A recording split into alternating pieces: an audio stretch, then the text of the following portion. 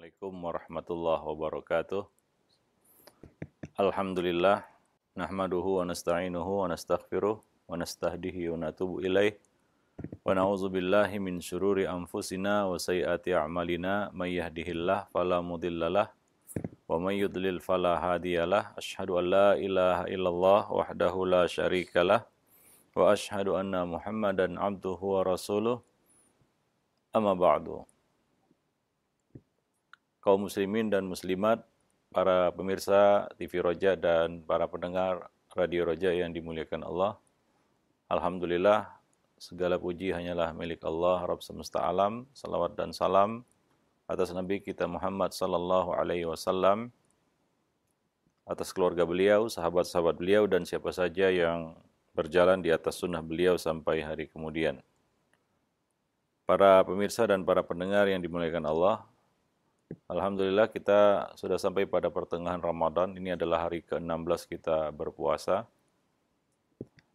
Beberapa hari lagi kita akan masuk 10 hari terakhir, yang mana itu merupakan inti dari Ramadan ataupun puncak dari Ramadan, yaitu 10 malam terakhir, di mana Nabi SAW apabila masuk, sebagaimana hadis yang diriwayatkan oleh Aisyah radhiyallahu anha, karena Nabi SAW idza dakhala al-ashrul awakhir, adalah Nabi apabila masuk 10 malam terakhir atau 10 hari terakhir bulan Ramadan, syadda mi'zarahu, beliau mengencangkan ikat sarung beliau, yaitu menjauhi istri beliau di malam hari.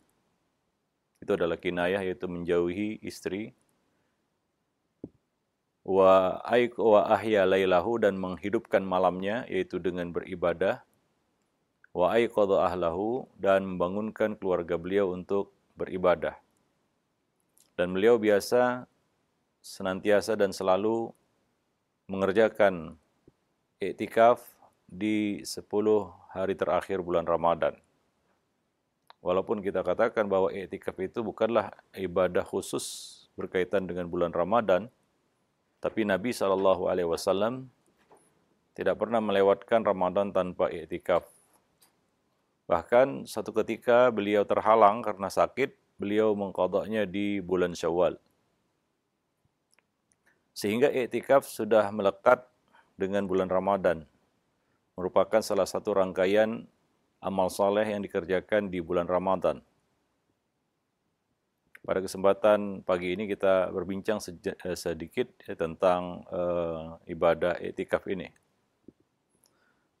Rasulullah SAW mengerjakan iktikaf ini di bulan Ramadan. Karena salah satu syarat dari iktikaf adalah berpuasa.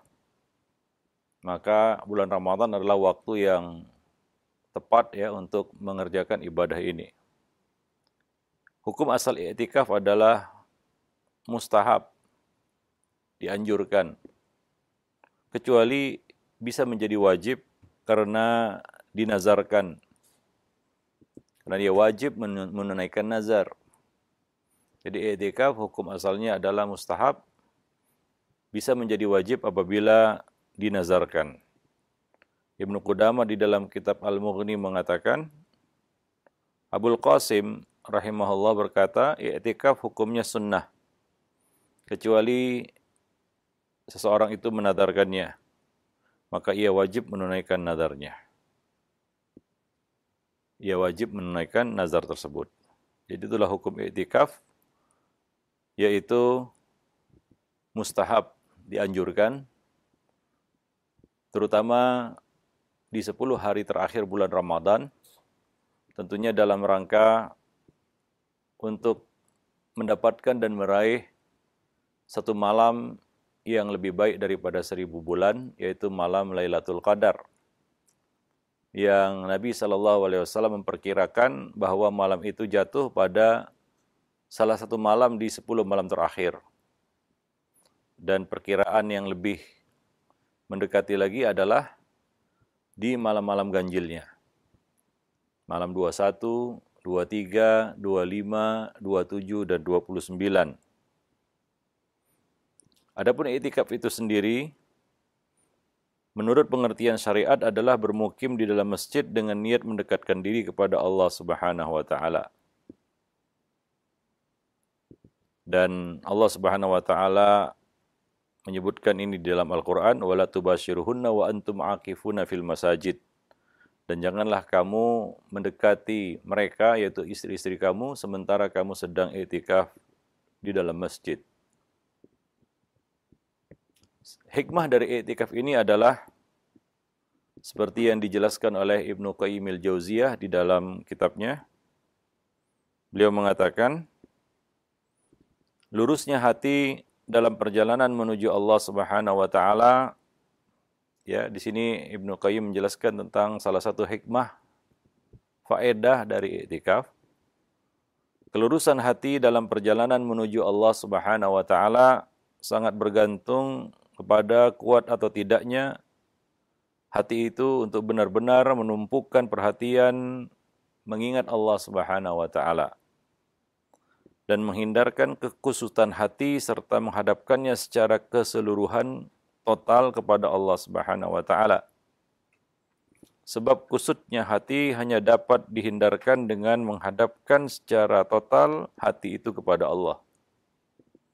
Dan perlu diketahui bahwasanya makan dan minum yang berlebihan, kepenatan jiwa dalam kehidupan sosial, terlalu banyak bicara, dan terlalu banyak tidur akan menambah lagi kekusutan hati, bahkan dapat mencerai-beraikannya.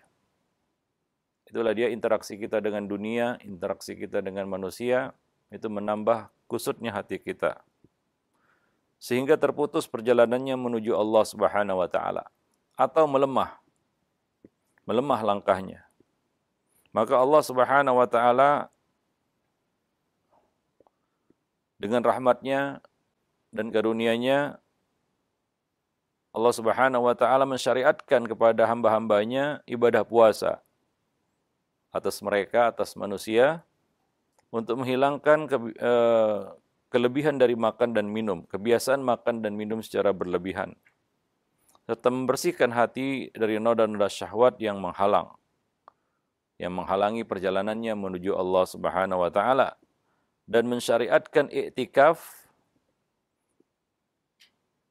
yang memantapkan hatinya dan meluruskan dan merapikan hatinya untuk senantiasa mengingat Allah Subhanahu wa taala, menyendiri mengingatnya, menghentikan segala kesibukan yang berkaitan dengan makhluk dan menumpukan diri bersama Allah Subhanahu wa taala semata, ya, sehingga kegundahan, ya, keluh kesah ataupun kekusutan hati itu dapat dirapikan dan dapat diperbaiki dengan mengkhususkan ataupun kita mengurung diri ataupun mengkhususkan diri untuk mengingat Allah Subhanahu wa taala. Jadi i'tikaf merupakan bentuk pendekatan diri dan ketaatan kepada Allah, yang mana kita mengasingkan diri dan mengkhususkan diri untuk bersama Allah sejenak dan menghindari ataupun mengurangi interaksi kita dengan dunia, dengan kesibukan dunia dan dengan manusia. Karena perkara-perkara itulah yang kerap kali membuat hati kita kusut dan memperlambat langkah kita menuju Allah Subhanahu wa taala. Dalil-dalil i'tikaf sebagaimana yang disebutkan di dalam Allah Subhanahu wa taala, misalnya dalam surat Al-Baqarah, antahhira baitiya lit-ta'ifina wal 'akifina waruk'is sujud. Dan bersihkanlah rumahku, yaitu rumah Allah, Baitullah, untuk orang-orang yang tawaf, orang-orang yang i'tikaf, orang-orang yang rukuk dan sujud, yaitu yang salat. Demikian juga firman Allah Subhanahu wa taala dalam surah Al-Baqarah ayat 187, Allah Subhanahu wa taala berfirman, "Wala tubashiruhunna wa antum 'akifuna fil masajid." Dan janganlah kamu mencampuri mereka, yaitu istri-istri kamu, sementara kamu sedang i'tikaf di dalam masjid. Adapun dari hadis-hadis Nabi sallallahu alaihi wasallam sangat banyak sekali, di antaranya hadis Abu Hurairah radhiyallahu anhu yang mengatakan bahwa Rasulullah sallallahu alaihi wasallam biasa beriktikaf selama 10 hari setiap bulan Ramadan. Dan pada tahun di mana beliau wafat, beliau beriktikaf selama 20 hari. Demikian pula Aisyah radhiyallahu anha berkata, Rasulullah sallallahu alaihi wasallam biasa beriktikaf pada setiap bulan Ramadan. Manakala selesai salat subuh, beliau segera memasuki tempat iktikaf beliau. Dalam satu riwayat lain disebutkan bahwa hingga beliau juga beriktikaf pada 10 hari terakhir bulan Syawal. Ya, bahwa beliau pernah melakukan iktikaf itu di 10 hari terakhir bulan Syawal. Dan masih dari Aisyah radhiyallahu anha yang menceritakan bahwa Rasulullah sallallahu alaihi wasallam biasa beriktikaf pada 10 hari terakhir di bulan Ramadan. Dan perkara itu beliau lakukan hingga beliau wafat. Kemudian para istri-istri beliau juga melakukannya sepeninggal beliau. Ya, jadi kaum wanita juga dibolehkan untuk melakukannya. Kemudian syarat-syarat iktikaf. Ada beberapa syarat bagi orang-orang yang ingin melakukan iktikaf. Yang pertama tentunya beragama Islam. Karena iktikaf ini dilakukan di masjid. Ya tentunya orang-orang di luar Islam tidak boleh bermukim dan berdiam di masjid. Yang kedua adalah berakal. Orang yang tidak berakal tidak dibenarkan untuk melakukannya. Seperti orang gila. Ya, maka mereka tidak boleh melakukan iktikaf ini. Nah, syaratnya adalah berakal. Yang ketiga, mumayyiz. Ya, iktikaf tidak sah jika dilakukan oleh anak kecil yang belum mumayyiz. Para ulama berselisih pendapat tentang usia tamyiz. Ya, hanya saja mereka menjelaskan ya tentang usia tamyiz ini, yaitu apabila seorang anak sudah dapat memahami perkataan dan bisa menjawab pertanyaan. Biasanya umur ini lebih kurang 7 hingga 9 tahun ke atas. Ya, maka dia digolongkan sebagai anak yang mumayyiz. Nah, anak-anak yang mumayyiz ini boleh melakukan iktikaf, ataupun yang belum mumayyiz maka belum boleh melakukan iktikaf. Kemudian yang keempat, niat. Karena Nabi mengatakan innamal a'malu binniyat. Segala amal itu tergantung dengan niat. Yang kelima adalah suci. Maka tidak sah iktikaf yang dilakukan oleh orang-orang yang sedang haid dan nifas, karena mereka tidak dalam keadaan suci. Demikian juga junub hingga dia mandi. Maka kalau orang yang sedang iktikaf terkena junub, dia harus keluar dari masjid untuk mandi, kemudian dia melanjutkan iktikafnya. Nah, kemudian iktikaf itu hendaklah dilakukan di masjid. Ya, iktikaf hendaklah dilakukan di masjid. Disyariatkan di dalam masjid. Tidak ada iktikaf di luar masjid ataupun di tempat selain masjid. Misalnya di musholla ataupun di tempat yang memang tidak dijadikan sebagai masjid, misalnya sebagian kantor, gedung itu menjadikan basement ataupun ruang gudang tertentu untuk jadi masjid sementara, tidak permanen, maka ini tidak boleh dijadikan sebagai tempat iktikaf, karena iktikaf hanya disyariatkan di dalam masjid berdasarkan firman Allah Subhanahu wa taala, wa la tubasyiruhunna wa antum aakifuna fil masajid. Kemudian yang ketujuh, hendaklah masjid yang dipilih itu adalah masjid jami'. Yaitu pengertian masjid jami' di sini adalah masjid yang ditegakkan di dalamnya salat 5 waktu dan salat Jumat. Sehingga orang yang iktikaf tidak harus keluar dari tempat iktikafnya untuk melakukan salat fardu dan salat Jumat. Sebagaimana yang diriwayatkan oleh Aisyah radhiyallahu anha, ia mengatakan, janganlah beriktikaf kecuali di masjid jami'. Ini walaupun mauquf tapi memiliki hukum marfu'.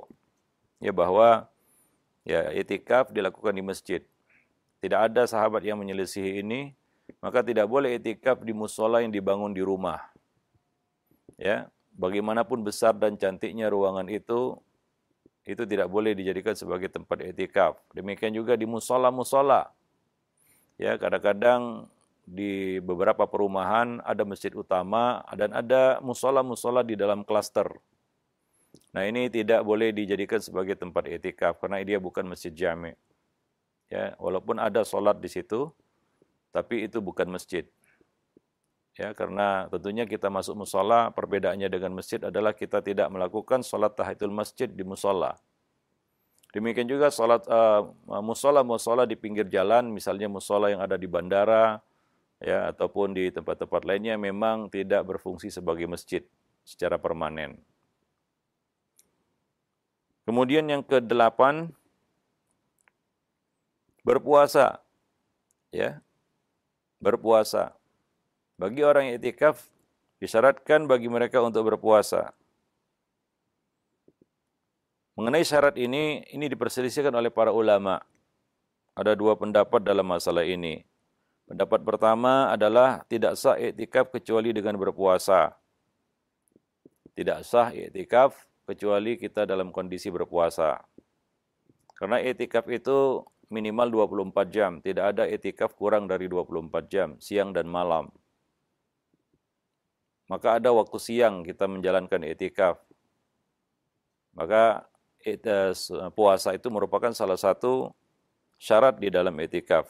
Maka tidak sah i'tikaf kecuali dengan berpuasa. Ini merupakan pendapat Abu Hanifah, Imam Malik, Al-Auza'i, Al-Thawri, Al-Lais bin Sa'ad, Al-Zuhri, dan satu riwayat dari Tawus. Dan satu riwayat juga dari Imam Ahmad dan Ishaq. Pendapat ini juga diriwayatkan dari Aisyah, Ibnu Abbas, dan Ibnu Umar radhiyallahu anhum jami'an. Ya. Dalil mereka adalah bahwa Nabi mengerjakan i'tikaf pada bulan Ramadan dan tidak diketahui adanya riwayat yang menyebutkan bahwa beliau beriktikaf tanpa berpuasa. Demikian juga sahabat-sahabat beliau. Kedua, dinukil hukum iktikaf dan hukum puasa pada satu ayat. Allah Subhanahu wa taala menyebutkannya dalam satu ayat. Dan yang ketiga adalah hadis Aisyah, dan menurut sunnah adalah orang yang beriktikaf hendaklah berpuasa. Ibnu Qayyim al-Jauziyah mengulas masalah ini dalam kitab Zadul Ma'ad, dan beliau menguatkan pendapat ini bahwasanya puasa merupakan syarat ya bagi orang yang sedang beriktikaf. Maka dari itu orang yang tidak puasa, misalnya wanita yang sedang haid, ya tentunya tidak berpuasa, ya tidak boleh melakukan iktikaf ini. Demikian juga wanita yang sedang nifas, ya tidak boleh melakukan iktikaf karena dia tidak berpuasa tentunya. Dan pendapat ini yang dipilih juga oleh Ibnu Amr, Ibnu Abbas, Urwah bin Zubair, Az-Zuhri, dan lain-lain. Dan ini adalah pendapat yang juga dipilih oleh Syekh Al-Albani, yaitu tidak sah i'tikaf tanpa puasa. Pendapat kedua, mereka mengatakan ini bukan syarat sah, tapi syarat yang menyempurnakan. Ya, syaratul kamal, bukan syaratus sihah.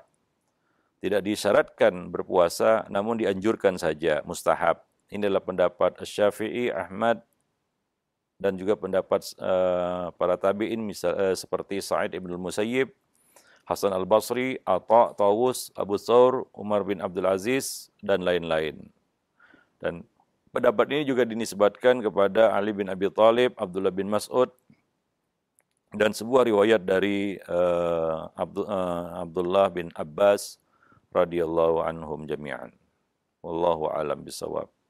Ya, nah, kemudian pendapat yang mungkin lebih rajih dalam hal ini adalah pendapat yang mengatakan ya bahwa puasa bukanlah syarat sah i'tikaf. Ya, tapi ini adalah satu yang disebut sebagai syarat al-kamal, yang menyempurnakan, ya. Ya, bukan ya menentukan atau sah tidaknya ibadah i'tikaf itu. Wallahu a'lam bishawab. Nah, kemudian dianjurkan, ada di sana beberapa anjuran-anjuran perkara-perkara yang dianjurkan bagi orang yang beriktikaf. Yang pertama adalah dianjurkan baginya untuk membuat kemah ataupun tenda di dalam masjid untuk tempat iktikafnya. Ini dianjurkan karena Nabi SAW tidak pernah iktikaf kecuali di dalam ruangan ataupun di dalam kemah atau tenda yang beliau buat di dalam masjid. Ini dianjurkan. ini lebih baik dan lebih sempurna i'tikafnya jika dia lakukan itu di dalam kemah. Karena dengan itu dia dapat membatasi ya, interaksinya dengan manusia.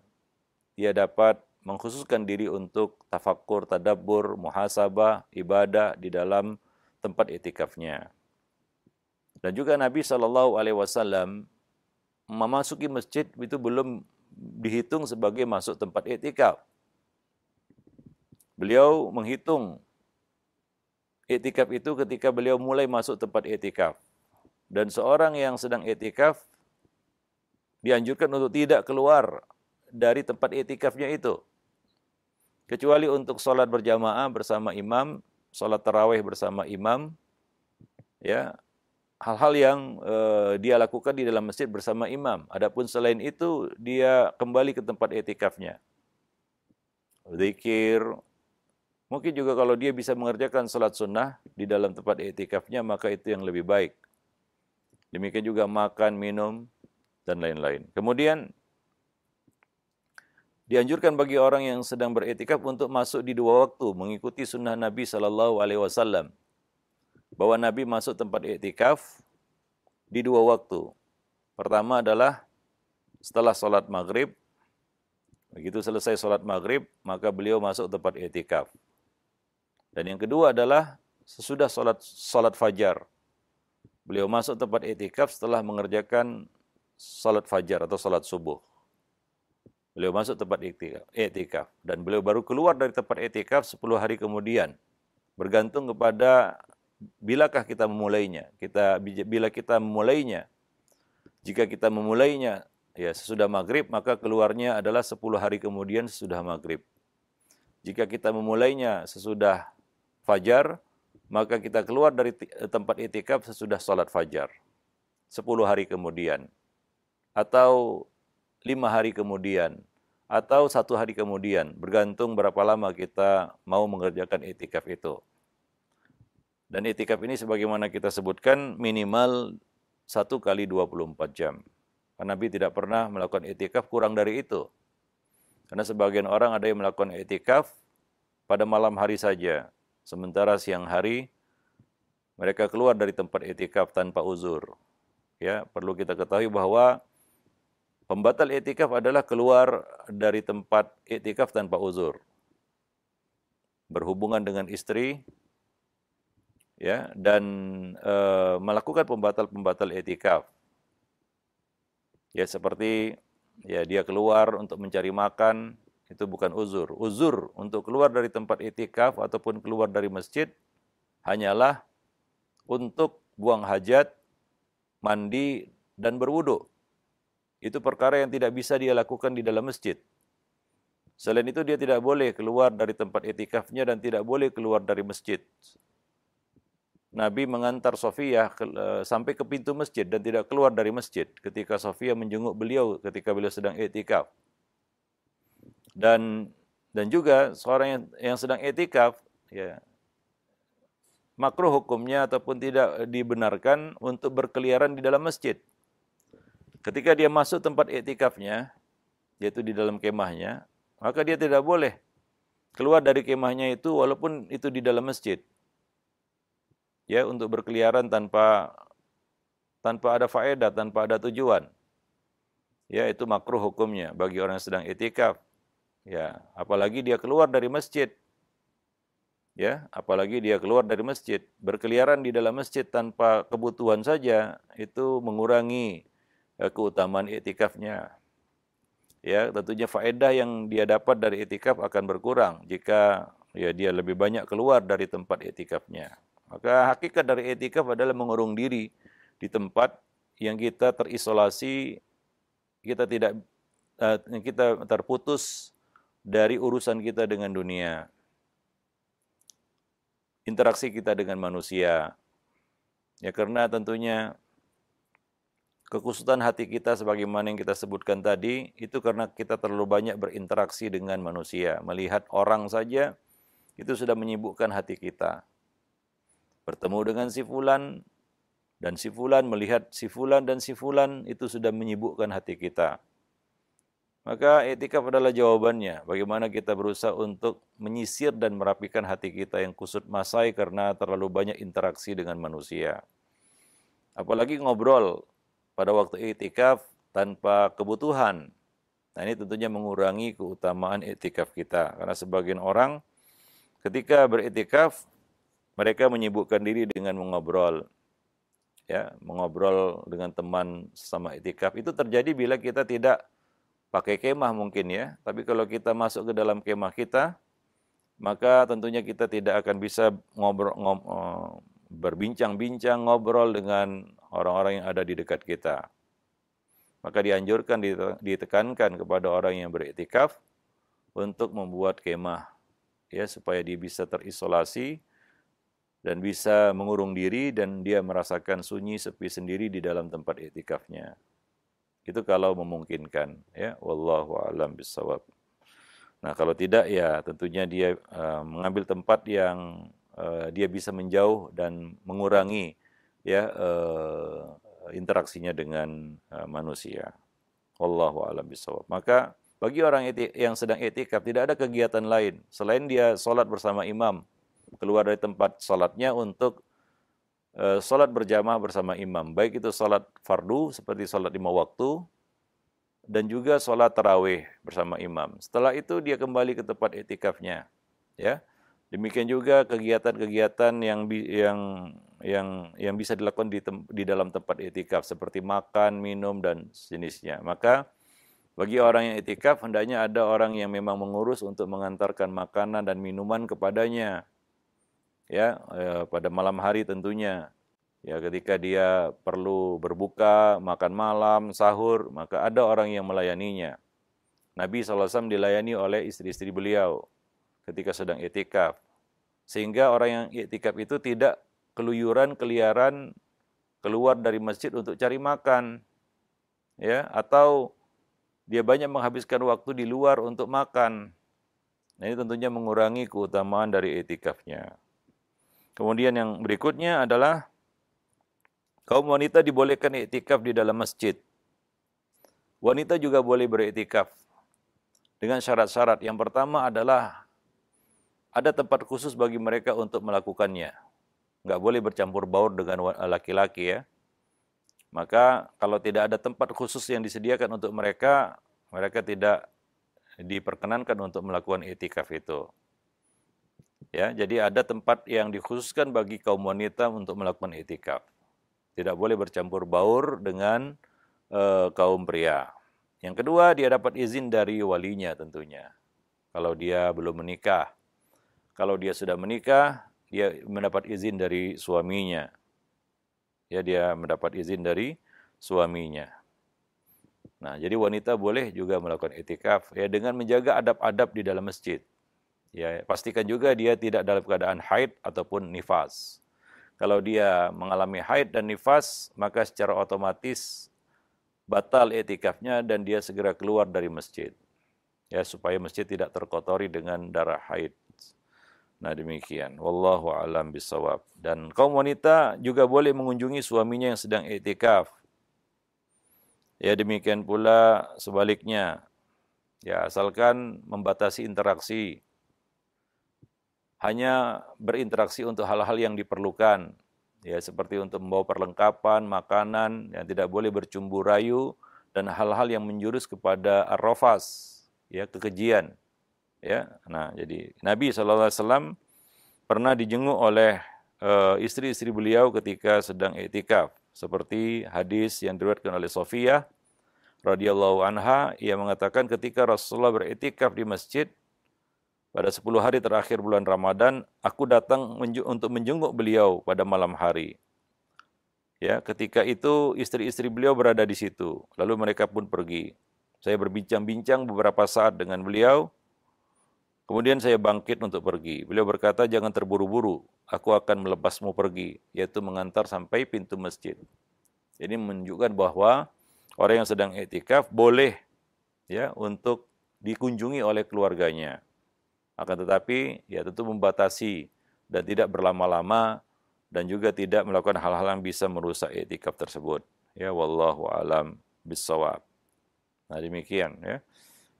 Tentunya tidak boleh ya, seperti yang kita pernah dengar, bahwa ada orang yang itikaf di dalam masjid memang pakai kemah, tapi di situ satu keluarga, suami, istri, bersama anak-anaknya. Nah ini nggak boleh itikaf rami-rami di dalam satu kemah begitu. Ya memang buat kemah, tapi ya tentunya kemah di sini bukan kemah besar seperti orang camping ya. Ya, kemah untuk membatasi diri ataupun sekat-sekat ya ruangan-ruangan ya yang mana seorang itu bisa membatasi diri dari dunia luar. Ya, jadi bukan harus kemah seperti pengertian kemah di perkemahan, tidak. Ya, ya sekat-sekat yang ada di dalam masjid.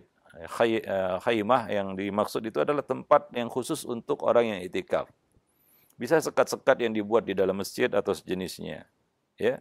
Nah demikian. Maka nggak boleh seperti yang dilakukan oleh sebagian orang iktikaf rame-rame dalam satu ruangan, dalam satu kemah ataupun tenda ataupun kelambu di dalam masjid, ya berisi lebih dari satu orang. Ya masing-masing satu orang satu tempat. Ya jadi tidak dibenarkan untuk beriktikaf bersama istri.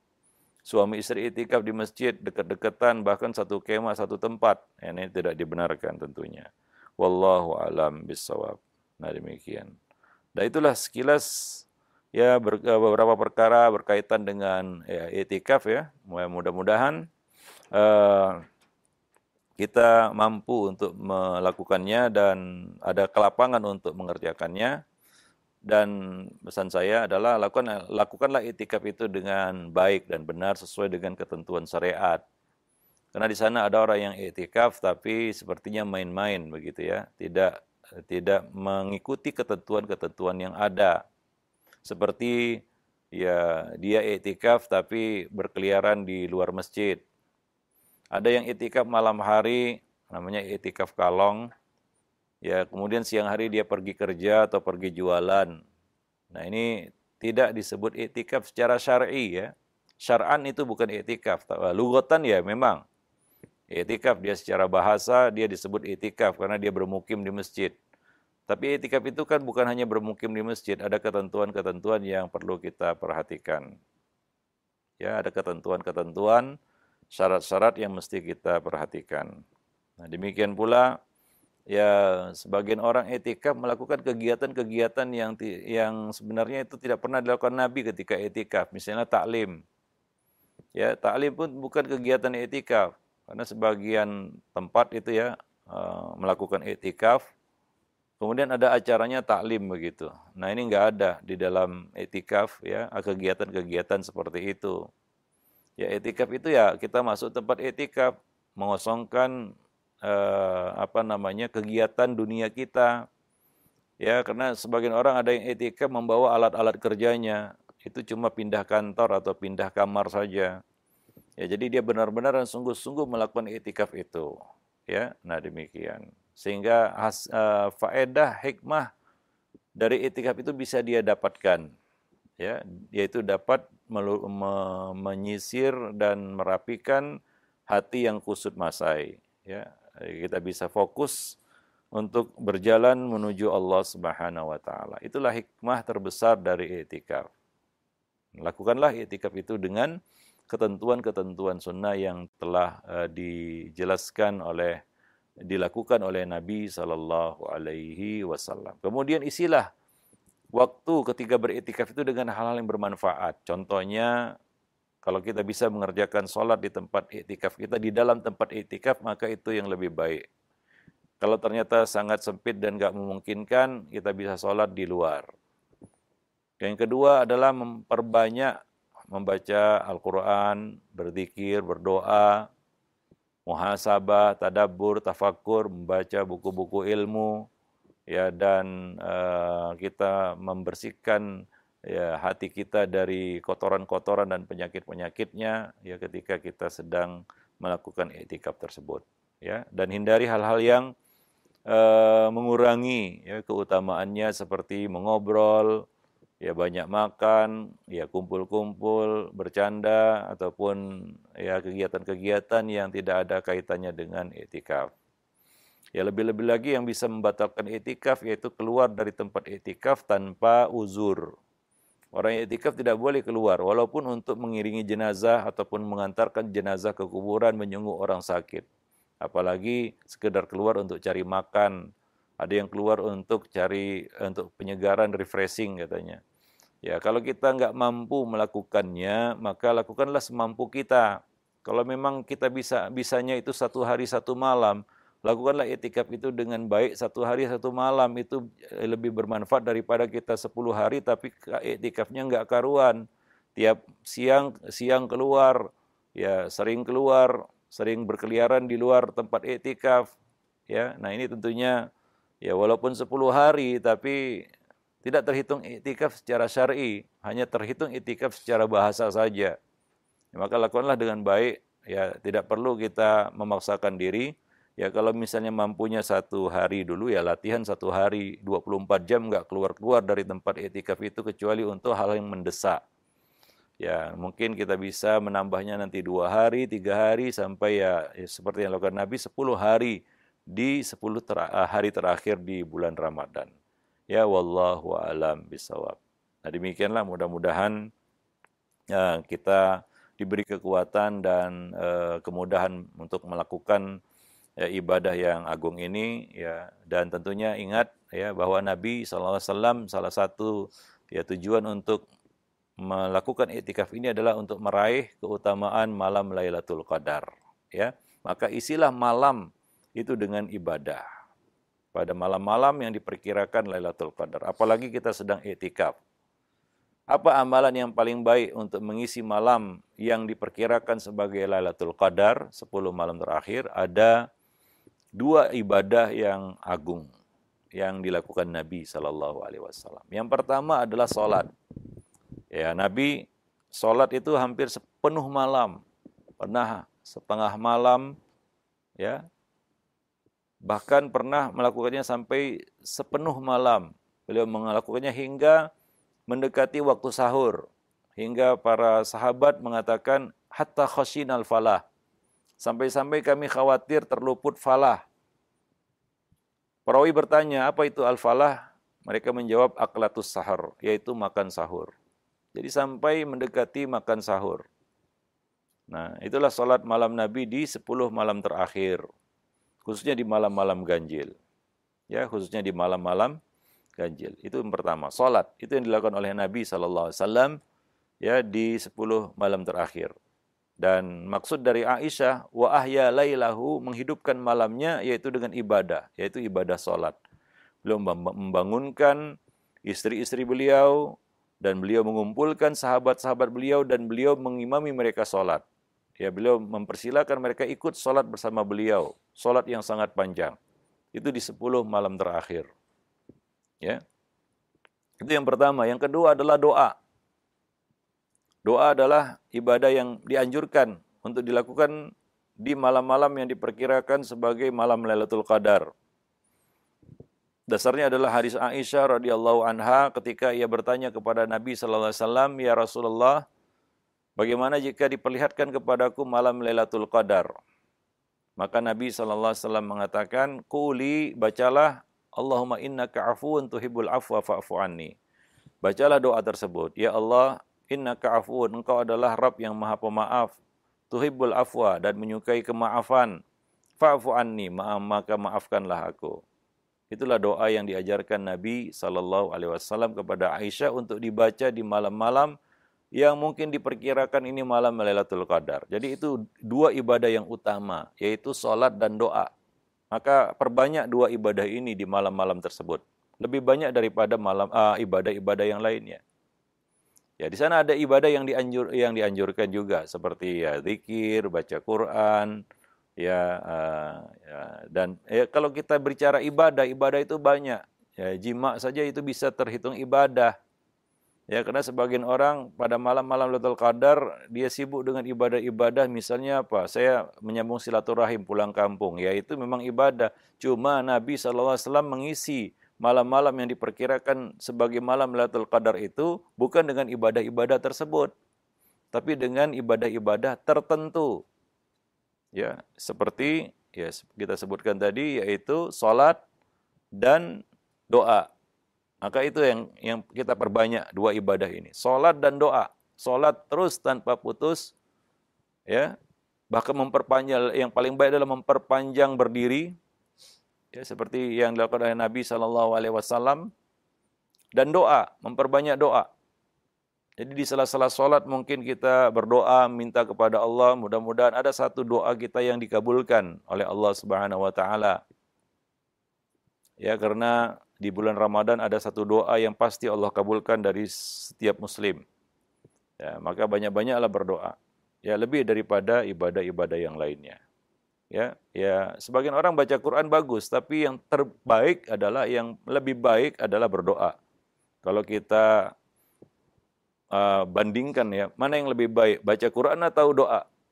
Pada malam-malam Lailatul Qadar, yang paling baik adalah berdoa daripada baca Quran. Karena sebagian orang sela-sela antara sholat tarawih itu ada yang sibuk baca Quran. Bagus sih. Tapi yang terbaik, ya, kalau dia ingin yang lebih baik lagi adalah dia mengkhususkan diri untuk berdoa. Ya, wallahu a'lam bishawab. Karena itu momennya. Dan itu yang diajarkan Nabi kepada Aisyah ketika bertanya, apa yang harus aku lakukan? Apa yang harus aku baca? Nabi tidak mengajarkan zikir tertentu, Nabi tidak menyuruh Aisyah untuk baca Quran, tidak. Tapi Nabi menyuruhnya untuk membaca doa, Allahumma innaka afun tuhibbul afwa fa'fu anni. Ya. Nah, itu yang terbaik, ya, yang terbaik. Ya, baca Quran juga baik, tapi momennya itu adalah momen doa, ya. Wallahu a'lam. Seperti kita mendapatkan waktu sepertiga akhir malam. Apa ibadah yang paling bagus ketika kita memasuki sepertiga akhir malam? Doa, karena Allah Subhanahu wa taala menantang hambanya untuk berdoa. Ya, nah demikian. Wallahu a'lam bishawab. Demikianlah, mudah-mudahan bermanfaat. Lebih dan kurang saya mohon maaf. Aqulu qouli hadza astaghfirullah li wa lakum lisairil muslimin. Innahu huwal ghafurur rahim. Subhanakallah bihamdik asyhadu an la ilaha illa anta astaghfiruka wa atubu ilaik. Assalamualaikum warahmatullahi wabarakatuh.